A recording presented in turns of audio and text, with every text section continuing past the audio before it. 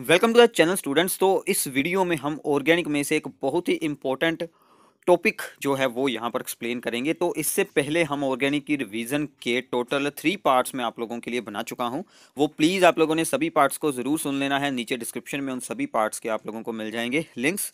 तो ये जो पार्ट है हमारा 4th पार्ट है, इसमें हम chapter alcohols, phenols and ethers में से कुछ इंपॉर्टेंट ऑर्डर्स ऑफ रिएक्टिविटी या फिर orders of the boiling point जो भी होंगे वो, एंड साथ में कुछ डिस्टिंक्शन टेस्ट एक्सप्लेन करेंगे। तो ये दोनों टॉपिक्स पर ही बहुत ज़्यादा एमसीक्यू आने के चांसेस हैं, तो ये आप लोगों ने ख्याल से सुन लेने हैं। ठीक है, तो बाकी के पार्ट्स को ज़रूर सुन लेना। उसमें आप लोगों की बाकी सभी इंपॉर्टेंट रिएक्शंस वो सब कुछ आपका वहाँ पर हो जाएगा। ठीक है, सो नाउ हम यहाँ पर सबसे पहले बात करते हैं acidic strength of the alcohols के बारे में। तो जो अल्कोहल्स होती हैं that are the weaker acid than the water. ठीक है, वो वाटर से भी वीक एसिड होती हैं, क्योंकि अल्कोहल में जो अल्काइल ग्रुप होता है उसका यहाँ पर इलेक्ट्रॉन रिलीजिंग इंडक्टिव इफेक्ट होता है, that is known as the plus I effect. ठीक है, तो ये भी आप लोगों से पूछा जा सकता है। इसलिए जो यहाँ पर अल्कोहल्स है that are weaker acid than the water. ठीक है, अगर हम अल्कोहल्स में बात करें तो primary alcohol is stronger acid than the secondary, and secondary is stronger acid than the third degree. तो ये इनका ऑर्डर ऑफ एसिडिक स्ट्रेंथ हो जाएगा कि जो थर्ड डिग्री अल्कोहल्स होंगी वो सबसे वीक एसिड होंगी। इसका भी रीजन सेम रहेगा, electron releasing plus I effect of the alkyl groups. ठीक है, क्लियर है। इसके बाद है कि जो फिनोल्स होती हैं, ठीक है, phenols are more acidic than the alcohols. Phenols जो होती हैं वो अल्कोहल से ज़्यादा एसिडिक होती हैं। इसका रीज़न क्या है? बिकॉज अगर हम फिनोल का हाइड्रोजन रिमूव कर कर, ठीक है, उसका आयन बनाते हैं that is known as the phenoxide ion, वो रेजोनेंस के साथ स्टेबलाइज हो जाता है। तो अगर हम बात करें अल्कोहल्स में, तो अल्कोहल्स में ऐसा कुछ नहीं होगा। अल्कोहल्स में अगर हम इसका हाइड्रोजन रिमूव कर कर अल्को ऑक्साइड आयन बनाएं, उसमें कोई रेजोनेंस बिल्कुल नहीं होती। तो इसलिए फिनोक्साइड आयन ज़्यादा स्टेबल है। जिस एसिड का कंजुगेट बेस स्टेबल होता है वो एसिड स्ट्रॉन्ग हो जाता है। Therefore phenols are more acidic than the alcohols due to the resonance stability of the phenoxide ion. ये आप लोग याद रख लीजिए। क्लियर है? ठीक है, इसके बाद है एसिडिक स्ट्रेंथ। अगर हमने फिनोल में चेक करना हो तो फिनोल में अगर हम कोई इलेक्ट्रॉन विदड्रॉइंग ग्रुप जोड़ देंगे फिनोल रिंग के साथ at the ortho and the para position पर ज़्यादा इफेक्ट होता है। इलेक्ट्रॉन विदड्रॉइंग ग्रुप अगर फिनोल के साथ जुड़ा हो देन इसकी एसिडिक स्ट्रेंथ यहाँ पर इंक्रीज हो जाती है। तो अगर हमने यहाँ पर NO2 इलेक्ट्रॉन विदड्रॉइंग ग्रुप है, इसके अलावा CN होता है। ठीक है, तो ऐसे बहुत सारे इलेक्ट्रॉन विदड्रॉइंग ग्रुप्स होते हैं। तो अगर मोस्टली हमें NO2 के बारे में ही पूछा जाता है, अगर ये जुड़ा हो एट दी पैरा पोजीशन, तो अगर ये जुड़ा हो एट दी पैरा पोजीशन तो इसकी एसिडिक स्ट्रेंथ इंक्रीज हो जाती है। ठीक है, अगर ये जुड़ा हो ऑर्थो पर तो भी एसिडिक स्ट्रेंथ फिनोल से तो इंक्रीज होती है, बट ये यहाँ पर पैरा वाले से वीक एसिड होगा, एंड मैं एटा पोजीशन पर जुड़ा हो और वो इससे भी ज़्यादा वीक एसिड होगा, और फिनोल इनमें से सबसे वीक होगी जिसके पास इलेक्ट्रॉन विदड्रॉइंग ग्रुप ही है नहीं। ठीक है, तो ये electron withdrawing group acidic strength को इंक्रीज करता है। क्लियर है? तो ये हमने स्ट्रक्चर बनाई हुई है ऑफ द पैरा नाइट्रोफिनोल। ये पोजीशन होती है ऑर्थो और ये पोजीशन होती है मेटा। ठीक है, अगर हम जोड़ दें यहाँ पर इलेक्ट्रॉन विदड्रॉइंग ग्रुप जैसे कि CH3 है, तो उसके साथ हमारी एसिडिक स्ट्रेंथ जो है वो यहाँ पर डिक्रीज हो जाएगी। तो फिनोल स्ट्रॉन्ग एसिड होगा, और CH3 अगर फिनोल के साथ जुड़ा हो दैट इज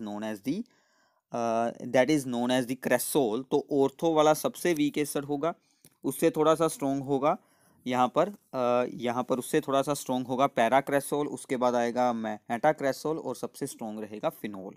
ठीक है, तो ये बात आप लोगों ने याद रखनी है। इसके अलावा इसके साथ अगर CH3O भी जुड़ा हो, ठीक है, तो वो भी एसिडिक स्ट्रेंथ को डिक्रीज ही करेगा, because it is also electron releasing group.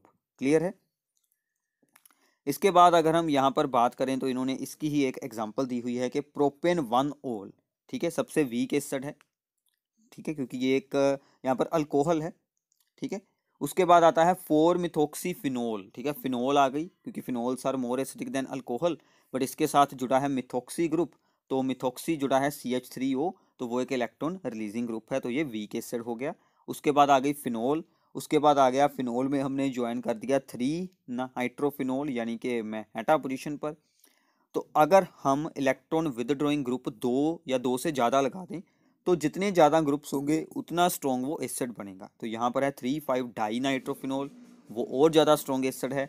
इसमें हमने अटैच कर दिए हैं 3 इलेक्ट्रॉन विदड्रॉइंग ग्रुप्स, तो वो और ज़्यादा स्ट्रॉन्ग एसिड है। ठीक है, तो ऐसे ही आपको कोई भी ऑर्डर पूछा जा सकता है, कोई भी 4 यहाँ पर ऑप्शन देकर उनमें से पूछ सकते हैं कि कौन सबसे स्ट्रॉन्ग एसिड है। ये बातें आप लोगों ने याद रखनी है। ठीक है, तो इसके बाद आता है increasing order of the boiling point. अब देखिए बॉइलिंग पॉइंट में सिंपल है, जितना चेन का साइज बड़ा होगा उतना ज़्यादा ही बॉइलिंग पॉइंट होगा। ठीक है, और अगर इसमें फॉर्म होते हो हाइड्रोजन बॉन्ड तो फिर इसका बॉइलिंग पॉइंट इंक्रीज होता है। जैसे कि जो सिंपल अल्केन्स होंगे उनके बॉइलिंग पॉइंट लो होते हैं। फिर आते हैं ईथर्स के बॉइलिंग पॉइंट, फिर आते हैं एल्डिहाइड्स, फिर आती हैं अल्कोहल्स, और उनके भी ऊपर होते हैं कार्बोक्सिलिक एसिड, क्योंकि ये ज़्यादा स्ट्रॉन्ग यहाँ पर हाइड्रोजन बॉन्ड बना सकते हैं। अल्कोहल्स में भी हाइड्रोजन बॉन्ड बनते हैं। ठीक है, इसमें वैसे हमारे पास जो C डबल बॉन्ड O होता है वो एक यहाँ पर पोलर होता है ग्रुप। ठीक है, तो उसके साथ अट्रैक्शन हो जाती है, इसलिए ये इनका बॉइलिंग पॉइंट्स का यहाँ पर इंक्रीजिंग ऑर्डर है। ठीक है, अगर हम अल्कोहल्स में बात करें तो मीथेनॉल यानी कि 1 कार्बन वाला अल्कोहल, फिर 2 कार्बन वाला अल्कोहल, फिर आएगा यहाँ पर प्रोपेन 1 ओल, ठीक है ना, 3 कार्बन वाला, और फिर ब्यूटेन 2 ओल और ब्यूटेन 1 ओल। अब देखिए इन दोनों में 4 कार्बन है, बट ब्यूटेन 1 ओल की स्ट्रेट चेन है। स्ट्रेट चेन का बॉइलिंग पॉइंट हाई होता है due to the more surface area, और यहाँ पर ब्रांचिंग हुई है, मतलब कि सेकंड पोजीशन पर हमने अल्कोहलिक ग्रुप OH ग्रुप जोड़ा है, तो इसका सरफेस एरिया डिक्रीज हो गया है, इसलिए इसका बॉइलिंग पॉइंट भी लो है। और सबसे ऊपर आया है यहाँ पर पेंटेन 1 ओल, क्योंकि इसमें 5 कार्बन वाली स्ट्रेट चेन है इसलिए। ठीक है, तो ये भी बहुत इंपॉर्टेंट है, ये भी आप लोगों से पूछा जा सकता है। ठीक है, इसके बाद आते हैं कुछ डिस्टिंक्शंस के टेस्ट। ठीक है, इसमें याद रखिएगा हमारे पास 2 हैं टेस्ट अगर हमें करनी हो distinction between the primary, secondary and the third degree alcohols. ठीक है, प्राइमरी, सेकेंडरी और जो हमारे पास होती है थर्ड डिग्री अल्कोहल, हमने सिंपली क्या करना है, इसका नाम है that is the Lucas test. Alcohol में ऐड करना है HCl in the presence of the anhydrous zinc chloride. तो क्या रिएक्शन होगी, सिंपल होगी, तो इसके साथ Cl जुड़ जाएगा OH की जगह पर, तो हमें अल्काइल हैलाइड मिल जाएगा दैट इज इनसोल्यूबल सब्सटेंस। ठीक है, प्लस बनेगा वाटर, वो सिंपल है। ठीक है, तो अगर ये रिएक्शन, ठीक है, अगर ये रिएक्शन हमारी हो जाती है दैट इज इमीडिएटली, ठीक है, मतलब कि उस सोल्यूशन में अगर उस सोल्यूशन में टर्बिडिटी इमीडिएटली अपीयर हो जाए then it is a third degree, क्योंकि थर्ड डिग्री की रिएक्टिविटी हाई होती है। अगर विद इन 5 मिनट्स हो then it is secondary alcohol.